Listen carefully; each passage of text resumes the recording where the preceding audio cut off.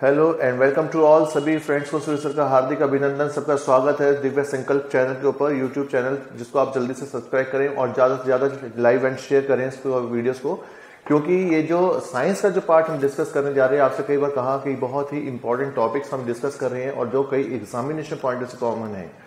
तो फ्रेंड्स, आज जो हम डिस्कस करने जा रहे हैं बहुत ही इंपॉर्टेंट एंड बहुत ही स्कोरिंग टॉपिक है ये भी, और it is about the breathing system या रेस्पिरेशन सिस्टम की हम बात करेंगे। तो जीव जगत में रेस्पिरेशन या ब्रीदिंग की प्रॉब्लम जो है वो किस प्रकार से होती है और क्या इसका फिजियोलॉजी क्या होता है, इसके बारे में हम समझेंगे। और बहुत ही इंपॉर्टेंट कंसेप्ट है ये। तो इसके अंदर हम रेस्पिरेशन, जिसे हम श्वसन कहते हैं, उसके संदर्भ में भी कुछ चीजों को डिस्कस करेंगे और उसका एनर्जी फॉर्मेशन किस रूप में होता है उसके बारे में हम डिस्कस करेंगे। तो हम शुरू करने जा रहे हैं बहुत ही इंपॉर्टेंट और बहुत ही interesting topic, and that's called the respiratory system या ब्रीदिंग सिस्टम के बारे में हम डिस्कस करेंगे। So let us start, we are going to start. तो अभी हम जो देखें,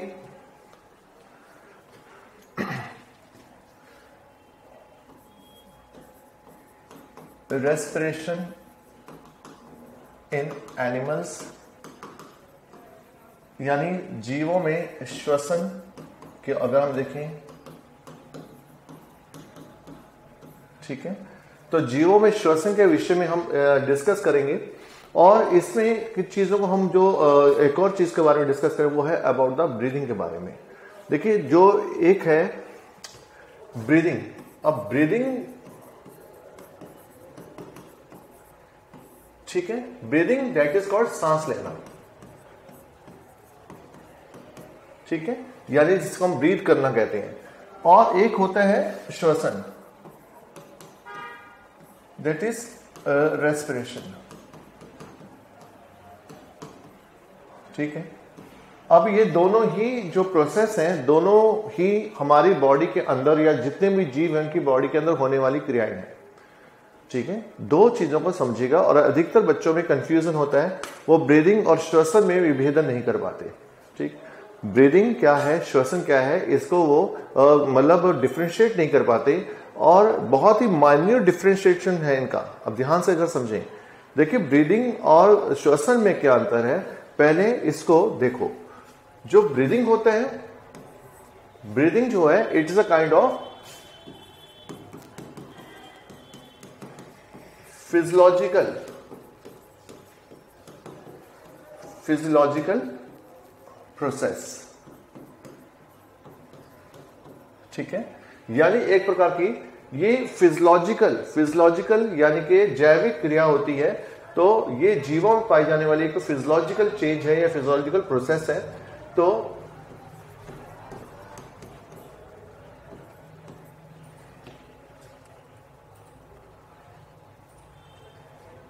भौतिक जैविक क्रिया है ये,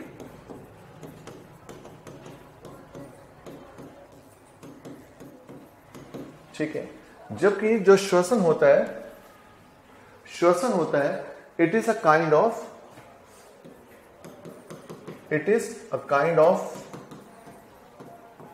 बायोकेमिकल रिएक्शंस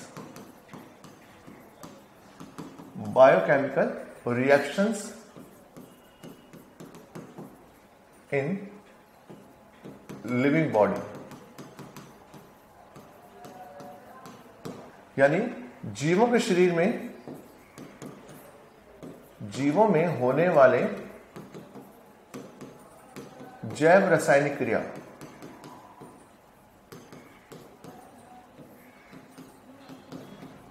ठीक है। तो जीवों में होने वाली जो जैव रासायनिक क्रियाएं हैं वो कहलाएंगे श्वसन, राइट।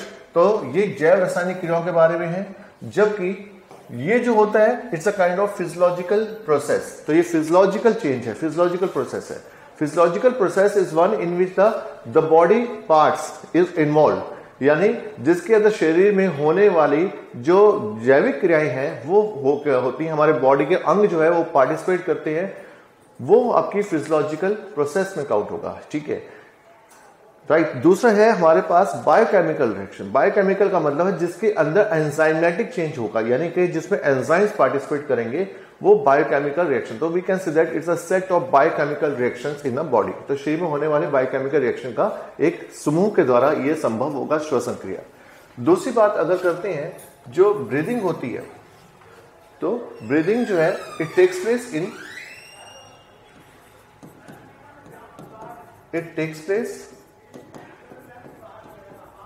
इन लंग्स, ठीक है, यानी ये फेफड़ों में होती है, ये फेफड़ों के द्वारा होती है। तो यू सी ये फेफड़ों के द्वारा होने वाली क्रिया है, जबकि ये जो प्रोसेस है it takes place inside the body cells and cytoplasm.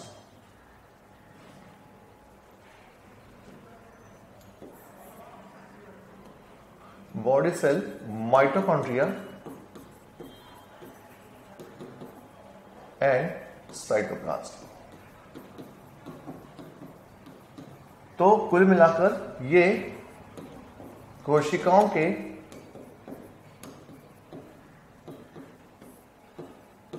Mitochondria यानी सूत्रकणिका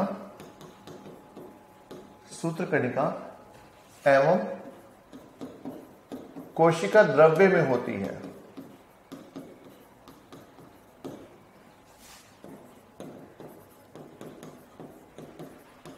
now you see this process takes place in the mitochondria and cytoplasm, right.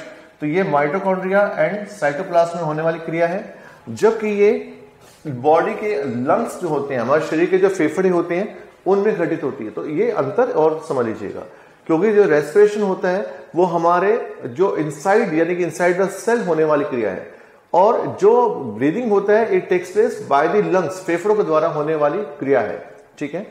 अगर आप देखें ये जो प्रोसेस होती है breathing, it takes place in 2 steps, that is inhalation,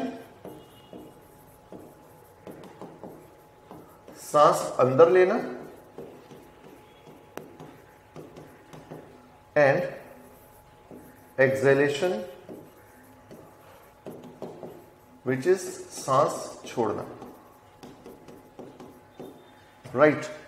जबकि जो ये क्रिया होती है श्वसन की, it is takes place by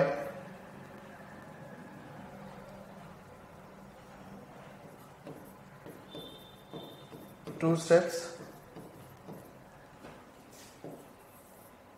one is a aerobic, that is other is anaerobic. Aerobic means यानी ऑक्सीडेशन यानी कि दिस इज कॉल्ड एरोबिक यानी ऑक्सीश्वसन, और दिस इज नोन एज एनॉक्सीश्वसन। दिस इज ऑक्सी और दिस इज एनॉक्सी,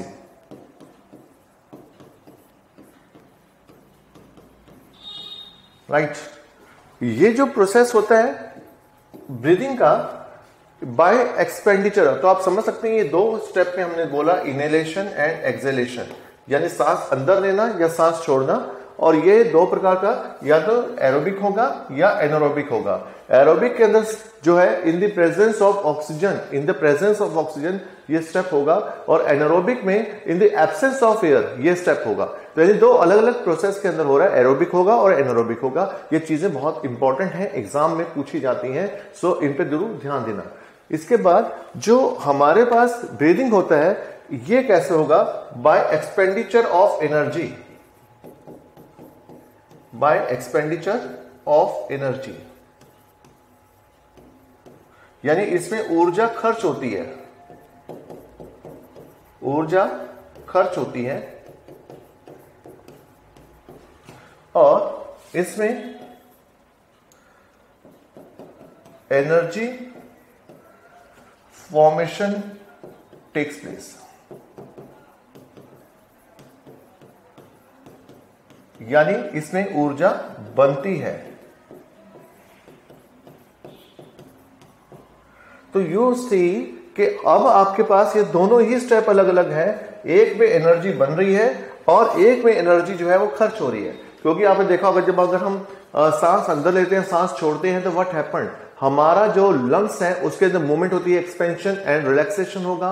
एक्सपेंशन यानी कि लंग्स फूलते हैं, लंग्स कॉन्ट्रैक्ट होते हैं, राइट। हमारे चेस्ट के जो इंटरकोस्टल मसल्स हैं तो वह भी मूवमेंट करेंगी, ठीक है, वो एक्सपेंशन में हेल्प करेंगी और कॉन्ट्रैक्शन में पार्टिसिपेशन करेंगी। बॉडी के नीचे यानी कि जो हमारी body internally it is divided by a muscular pad which is called diaphragm. तो डायफ्राम के द्वारा भी जो डायफ्राम है हमारा वो अपनी पोजीशन चेंज करेगा, यानी सांस अंदर लेते हुए सांस छोड़ते हुए जो डायफ्राम है, जब हम सांस अंदर लेते हैं तो एक्चुअल जो shape of the diaphragm is dome shape, तो डोम शेप होता है। लेकिन जब सांस अंदर लेंगे तो उस दौरान for the expansion of the lungs, जो इनवर्ट डायरेक्शन में उसका लंग्स को फुलाने के लिए जो डायफ्राम हमारा डोम शेप था इट बिकम्स फ्लैटन, ये फ्लैट हो जाएगा ताकि जो लोअर साइड की ओर लंग्स को फैलने की जगह मिल पाए। और जब हम सांस छोड़ते हैं देन जो लंग्स जो डायफ्राम था हमारा वो जो प्लेन हो चुका था again comes back to the original shape, that's a dome shape, दोबारा से चेंज हो जाएगा। जब दोबारा चेंज होगा डोम शेप में, now it exerts the pressure from the downward direction to the lungs, तो फेफड़ों में नीचे की ओर से दबाव डालेगा ऊपर की ओर, तो जिस कारण हमारे फेफड़े जो नीचे फैले हुए थे वो दोबारा से कॉन्ट्रैक्ट करेंगे नीचे से ऊपर, और जिस कारण हमारा जितना भी एयर था यानी कि कार्बन डाइऑक्साइड होगा वो फिर से हमारा बॉडी से बाहर जाएगा। यानी अब इस पूरी प्रोसेस के अंदर इंटरकोस्टल मसल का मूवमेंट हो, चाहे डायफ्राम का मूवमेंट हो जाए, चाहे हमारे फेफड़ों का एक्सपेंशन एंड कॉन्ट्रैक्शन होता हो, ये सभी प्रोसेस के अंदर आपका energy that is ATP adenosine triphosphate का यूज होगा, और यूज होने के बाद जिसे हम कहते हैं एनर्जी एक्सपेंडिचर होता है। दूसरी ओर जो प्रोसेस हमने डिस्कस किया है जो दैट्स कॉल्ड द रेस्पिरेशन के बारे में बात करते हैं, तो रेस्पिरेशन में एरोबिक हो या एनारोबिक जो भी प्रोसेस होगा उसके अंदर आपका एनर्जी फॉर्मेशन टेक्स प्लेस होगा, यानी ऊर्जाएं बनती हैं, और वह जो ऊर्जाएं हैं वह आगे यूज होती हैं हमारी एवरीडे लाइफ के अंदर डिफरेंट लाइफ स्टेप्स को यूज करने के लिए, लाइफ प्रोसेसेस को स्मूथली कैरी आउट करने के लिए हमारा एनर्जी का यूज होगा। तो एक तो प्रोसेस है वो एनर्जी सिंथेसिस की है, यानी ऊर्जा बनती है, यानी किसके अंदर रेस्पिरेशन में, और दूसरा जो स्टेप है उसमें एनर्जी का खर्च है, दैट इज एक्सपेंडिचर होगा। लेकिन डू रिमेंबर वन थिंग, जब तक आपके पास ब्रीदिंग नहीं हो रहा तो तब तक आपका जो रेस्पिरेशन है वो भी प्रॉपर नहीं हो पाएगा या नहीं हो सकता, कुल मिलाकर हम कहें, क्योंकि जब तक आप सांस के द्वारा ऑक्सीजन अंदर नहीं लेंगे तो उस ऑक्सीजन को तो तब तक वहां पे ब्लड के द्वारा आपके सेल्स के अंदर या माइटोकॉन्ड्रिया में ऑक्सीजन नहीं पहुंचेगी, और जब नहीं पहुंचेगी तो आपका जो एरोबिक रेस्पिरेशन है वो प्रभावित होगा या प्रोसेस आपका शुरू ही नहीं होगा, राइट। और इसीलिए वो जो बनेगा दैट मीन्स तो एनर्जी रिलीज करेगा, उसी एनर्जी के द्वारा ही आपके फेफड़े फैलते या सिकुड़ते हैं। तो कुल मिलाकर दोनों ही स्टेप आपस में कोऑर्डिनेट होते हैं, ठीक है। ब्रीदिंग के बिना रेस्पिरेशन नहीं है और रेस्पिरेशन के बिना ब्रीदिंग नहीं होता, ये चीजों को दिमाग में आप रखें। तो बहुत ही इंपॉर्टेंट स्टेप्स हैं, क्योंकि अधिकतर जो लोग हैं वो इस चीज को भूल जाते हैं कि what is the difference between the breathing and the respiration. तो इट्स अ माइनर डिफरेंस है, और आपने नोटिस भी किया होगा ये सेम प्रोसेस जो होता है वो प्लांट्स के अंदर भी होगा, क्योंकि plants again it's a biological objects. जो पेड़ पौधे होते हैं वो भी एक जैविक उदाहरण है, ठीक है। अब पेड़ पौधों के अंदर भी ब्रीदिंग भी हो रहा है और उनके अंदर रेस्पिरेशन भी होगा। आपने नोटिस किया होगा जब पेड़ पौधे ब्रीथ करते हैं, ब्रीथ करने का मतलब है कि जब उनकी बॉडी में ऑक्सीजन या कार्बन डाइऑक्साइड का मूवमेंट होता है। आप सब जानते हैं कि पौधे जो है वो ऑक्सीजन देते हैं और कार्बन डाइऑक्साइड लेते हैं, और जितने भी एनिमल्स हैं नेचर में अधिकतर जो है वो सब ऑक्सीजन लेते हैं और कार्बन डाइऑक्साइड रिलीज करते हैं। यानी कि एक का जो वेस्ट प्रोडक्ट है वो दूसरे के लिए फायदेमंद है, ठीक है।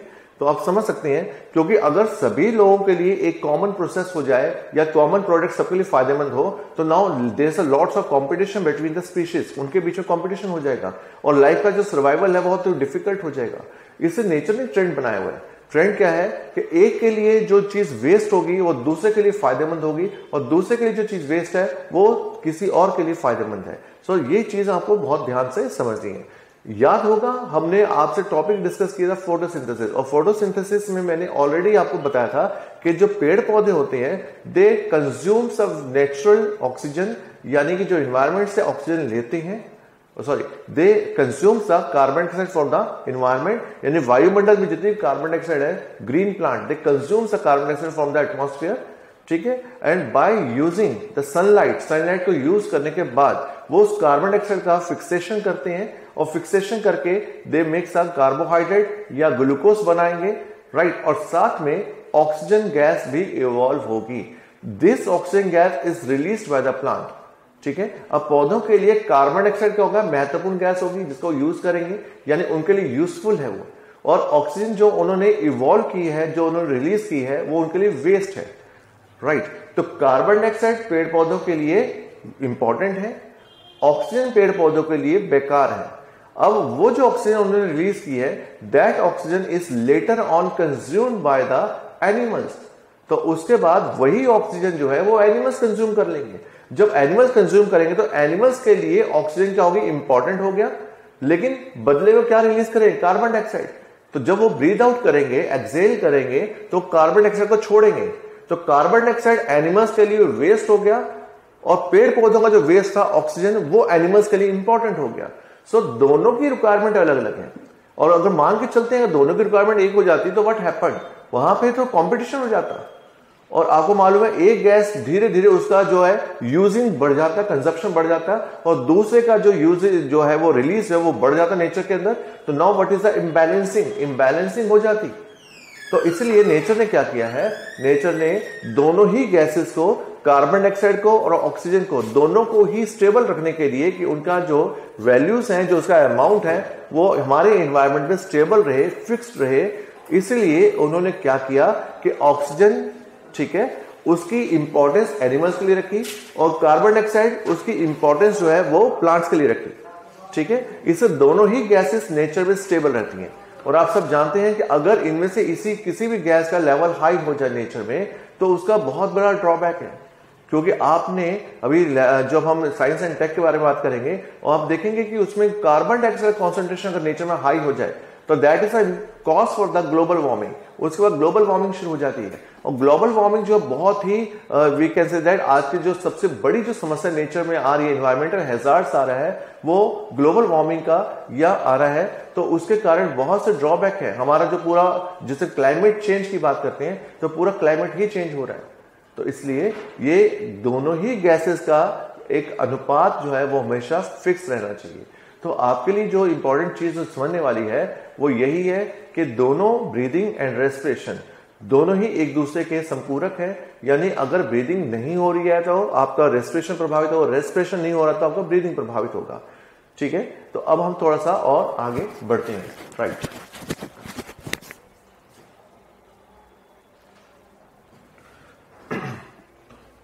नाउ वी सी एक कंसेप्ट हम समझेंगे, और this concept is about the, पहले रेस्पिरेशन के बारे में समझेंगे। तो सेलुलर रेस्पिरेशन को समझने के लिए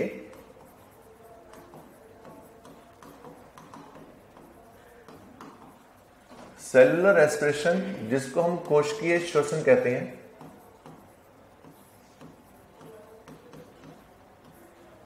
ठीक है, जो कोशिकीय श्वसन है सेलुलर रेस्पिरेशन है। तो सेलुलर रेस्पिरेशन में आप देखें, क्योंकि आपको बताया है कि जब तक आपके पास ब्रीदिंग नहीं होगा तब तक कोशिकीय श्वसन आरंभ नहीं होगा, और जब तक कोशिकीय श्वसन नहीं पूर्ण हो जाता और एनर्जी नहीं बनती तो ब्रीदिंग नहीं हो पाएगी। क्यों, ब्रीदिंग एनर्जी का कंज्यूम करेगी, और एनर्जी कहां बनेगी, आपको कोशिकीय श्वसन से बनेगी, ठीक है। ये दोनों चीजें आपस में संपूरक हैं। तो अब हम जो पहली चीज समझते हैं वो है कोशिकीय श्वसन, यानी कि जो सेलुलर रेस्पिरेशन है उसके बारे में बात करेंगे। सेलुलर रेस्पिरेशन को समझने के लिए एक छोटा सा आप डायग्रामेटिक वे में समझ सकते हैं।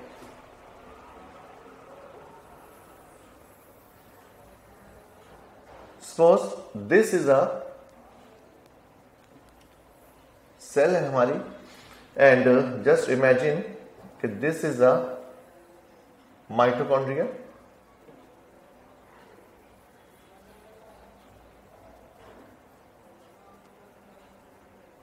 ठीक है। Now you see, and this is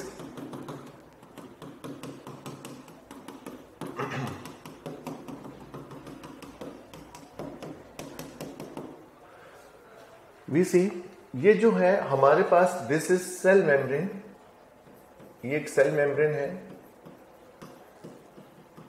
ठीक है। दिस इज माइटोकॉन्ड्रिया,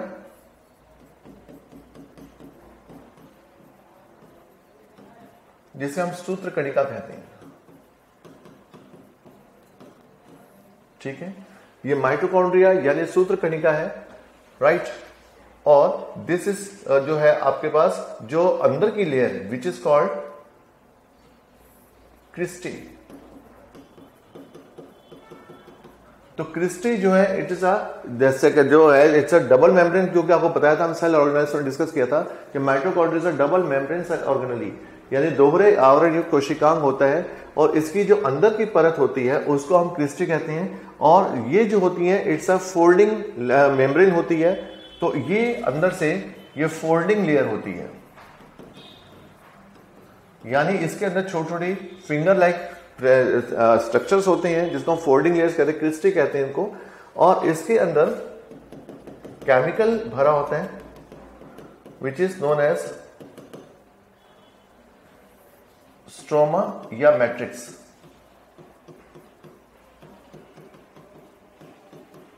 इसके अंदर आपके पास रेस्पिरेटरी एंजाइम्स होते हैं, रेस्पिरेटरी एंजाइम्स जैसे साइटोक्रोम, ऑक्सीडेज, ठीक है। तो ऐसे इसके अंदर कुछ एंजाइम्स हैं जो हम रेस्पिरेटरी या श्वसन के एंजाइम्स कहते हैं। दिस इज अ न्यूक्लियस,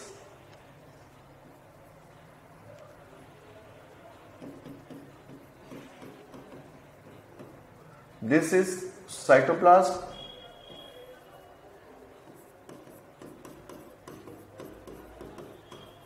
जिसको कोशिका द्रव्य भी कहते हैं,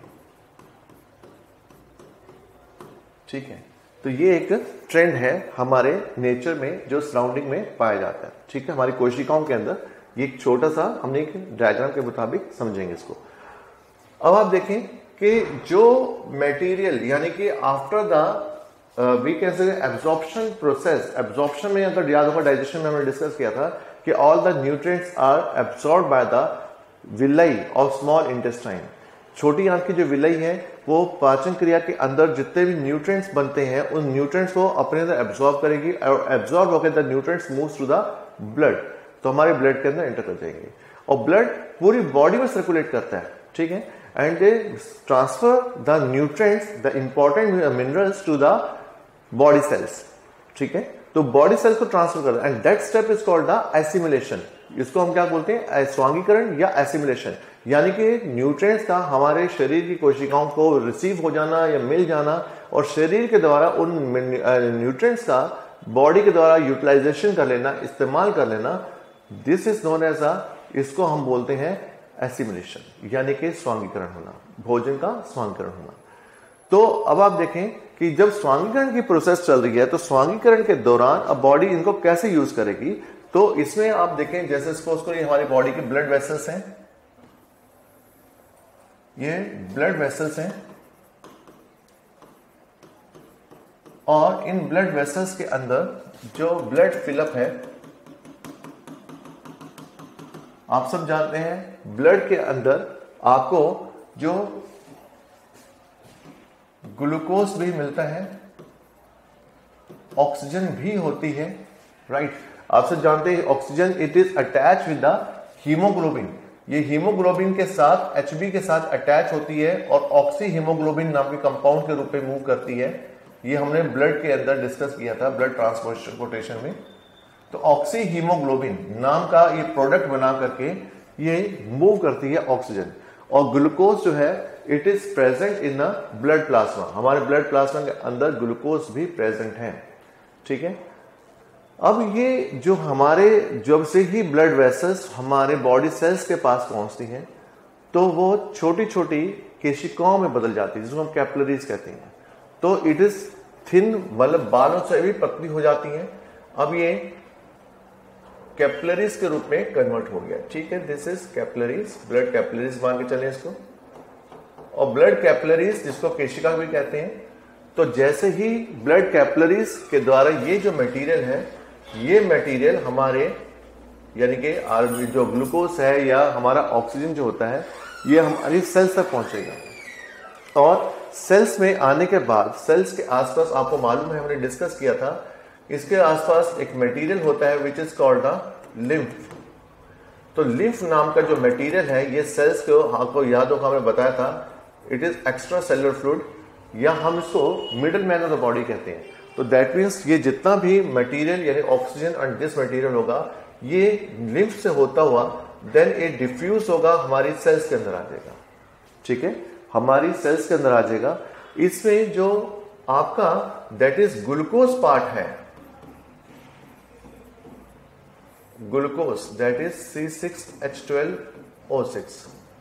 ठीक है, ये हमारा साइटोप्लाज्म में रहेगा, जबकि जो ऑक्सीजन है, ऑक्सीजन ये डिफ्यूज हो जाएगी हमारे माइटोकॉन्ड्रिया के मैट्रिक्स के अंदर, यहां डिफ्यूज हो गई, और ग्लूकोज जो है it remains in the cytoplasm. यहां पर आने के बाद इस ग्लूकोज का ब्रेकअप होगा दो टुकड़ों में, ये दो हिस्सों में ग्लूकोज हमारा बट जाता है। ठीक है, at this step is known as a glycolysis. Glycolysis is a first step of respiration. Respiration के दौरान ग्लाइकोलिसिस का जो है पहला चरण होता है ग्लाइकोलिसिस। और ग्लाइकोलिसिस का जो वर्ड है it is consist two part, glyco का मतलब ग्लूकोज, लिसिस का मतलब टूटना, यानी ग्लूकोज के अणु का टूट जाना। अब ग्लूकोज का जो अणु है वो टूटेगा, ठीक है, और दो पायरुवेट अणु में बदलेगा, यानी कि ये दो कार्बन 3 की शुगर्स बनाएंगी।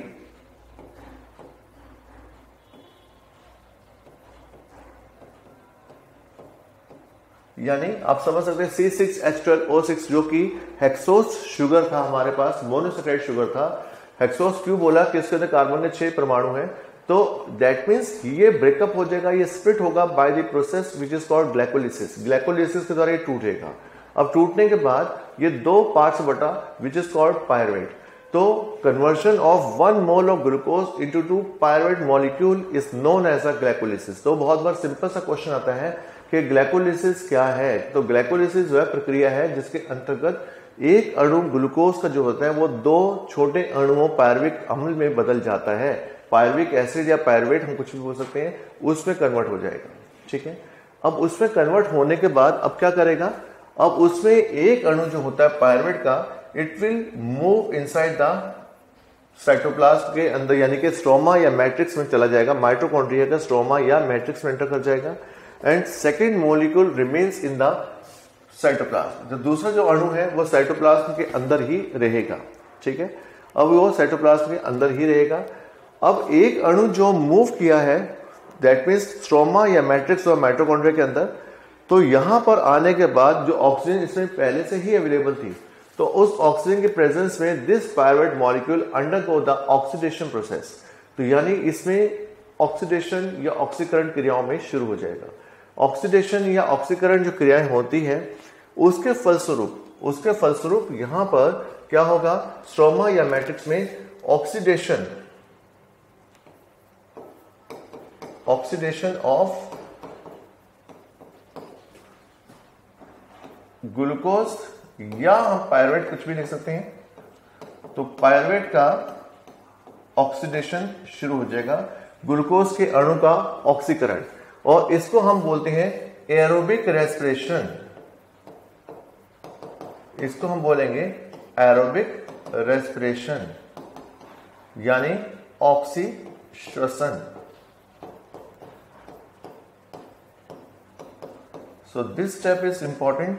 तो ऑक्सीश्वसन, अगर क्वेश्चन दिया जाता है कि जो ऑक्सीश्वसन है ये कहां पर घटित होता है, तो ऑक्सीश्वसन जो है it takes place inside the stroma और मैट्रिक्स ऑफ द माइटोकॉन्ड्रिया। ठीक है, या दूसरे शब्दों में हम कह सकते हैं it takes place inside the mitochondria. But अगर एग्जामिनर थोड़ा सा डेप्थ में क्वेश्चन निकालता है तो पूछ सकता है कि स्ट्रोमा यानी कि ये कौन से भाग में होगा, तो it takes place in stroma या मैट्रिक्स के अंदर ये होने वाली क्रिया है। ठीक है, इसको हम एरोबिक रेस्पिरेशन कहते हैं क्योंकि इसमें यूटिलाइजेशन ऑफ ऑक्सीजन होगा, ऑक्सीजन का इस्तेमाल होगा, और जब ऑक्सीजन का इस्तेमाल होगा तो बदले में क्या बनेगा, इसके एज अ प्रोडक्ट के रूप में it produce carbon dioxide, water and energy. ये तीन चीजें बनाएगा। Carbon dioxide, water and energy. ये जो एनर्जी है it is in the form of ATP. याद होगा हमने बहुत बार डिस्कस भी किया ये शरीर में जो बनने वाली ऊर्जा है उसको हम एटीपी के रूप में लेते हैं, और ATP stands for adenosine triphosphate. Adenosine triphosphate के रूप में हम इसको कंसीडर करेंगे। तो बहुत बार क्वेश्चन आता है कि what is the adenosine triphosphate. So it is called energy currency of the human body. इसको हम एनर्जी करेंसी, शरीर में बनने वाली ऊर्जा की इकाई, energy currency of human body. बहुत ही इंपॉर्टेंट क्वेश्चन कई एग्जाम्स में रहा है, ठीक है।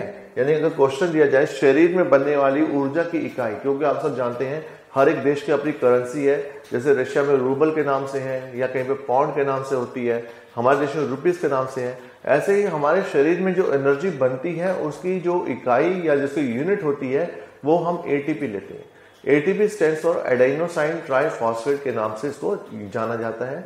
अब आपसे क्वेश्चन जो दिया जाता है एग्जामिनर का कि ATP synthesis takes place in, तो of course ATP synthesis takes place in the mitochondria, ठीक है, as a result of aerobic respiration. Mitochondria में कौन से भाग में होगा, तो अगर ये क्वेश्चन आता है तो it is takes place in the, किसमें होगा, स्ट्रोमा या मैट्रिक्स के अंदर, ठीक है। तो स्ट्रोमा या मैट्रिक्स के अंदर ये होने वाली क्रिया है। बहुत ही इंपॉर्टेंट क्वेश्चन है ये, राइट। और इसमें जो है एक छोटी सी संरचना होती है which is a tennis racket like structure होता है, ठीक है, ऑक्सोसोम्स के नाम से।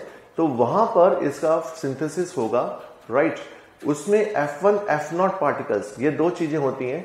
तो इसमें आपके जो पार्टिकल्स होते हैं वो दैट मीन्स इसमें जो पाए जाते हैं लाइक उसमें टेनिस रैकेट लाइक संरचनाएं होती हैं, लाइक। तो इसमें F0 एंड F1 पार्टिकल होते हैं। तो यहां पर जो एनर्जी सिंथेसिस है वो in tennis racket like structures के अंदर डेवलप होगी। तो वो डिपेंड करता है एग्जामिनर क्वेश्चन कितना डेप्थ में लेके जा रहा है, कितना सुपरफिशियल क्वेश्चन आ रहा है, ठीक है।